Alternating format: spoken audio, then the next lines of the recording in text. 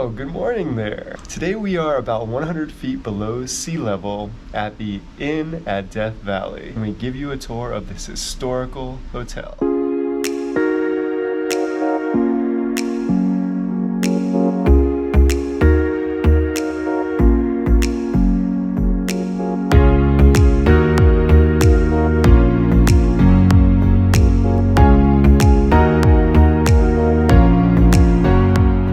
Having first opened its doors in 1927 as a refuge for visitors attracted to the extremes of Death Valley, the inn was constructed with the help of Paiute and Shoshone Indian laborers who made the adobe bricks by hand.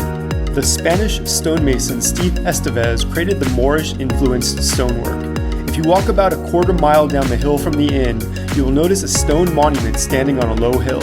On that monument, amongst others, is his engraving from the 1920s. Surrounding that monument are stone circles scattered on the hill, numbering into the 30s or 40s, unmarked graves said to be those of Native American laborers who helped construct the inn. That first season, the inn was an oasis for over 2,000 guests. The inn, which lies just above Furnace Creek, recently underwent a $150 million renovation completed in 2018. The sprawling resort features 66 rooms, 22 casitas, lush gardens, towering palms, handcrafted masonry, a library, restaurant, a year-round 87-degree spring-fed pool and spa, and other interesting nearby sites such as the tea house and native burial grounds, not to mention Death Valley National Park's uncountable attractions.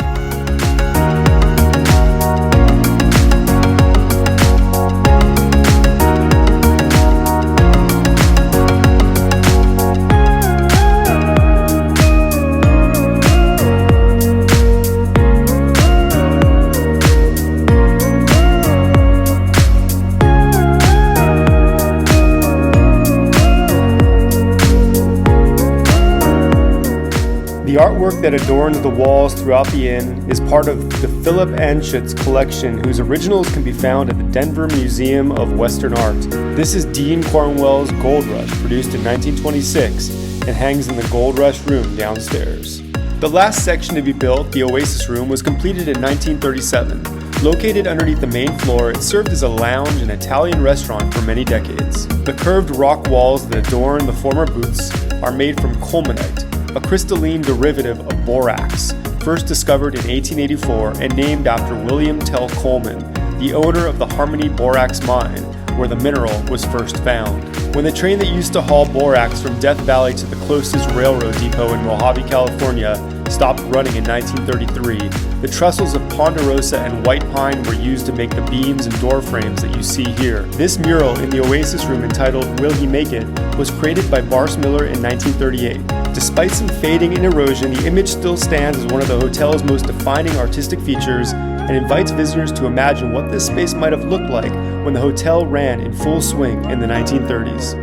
Overall, we thoroughly enjoyed our stay here. After 2 days of off-grid, no-services camping and exploration, the Inn at Death Valley was a step back in time, a resort that felt both historic and luxurious, where the quietude of the desert combines with modern amenities for an unforgettable experience.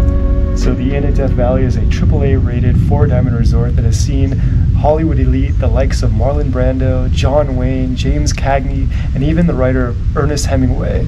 Being here, you can really feel their presence, and it makes you feel like you're a star yourself. Thanks for watching. We hope you enjoyed this episode of Artistic Off-Road. Please like, comment, and if you're new to the channel, subscribe for more outdoor adventures and fun.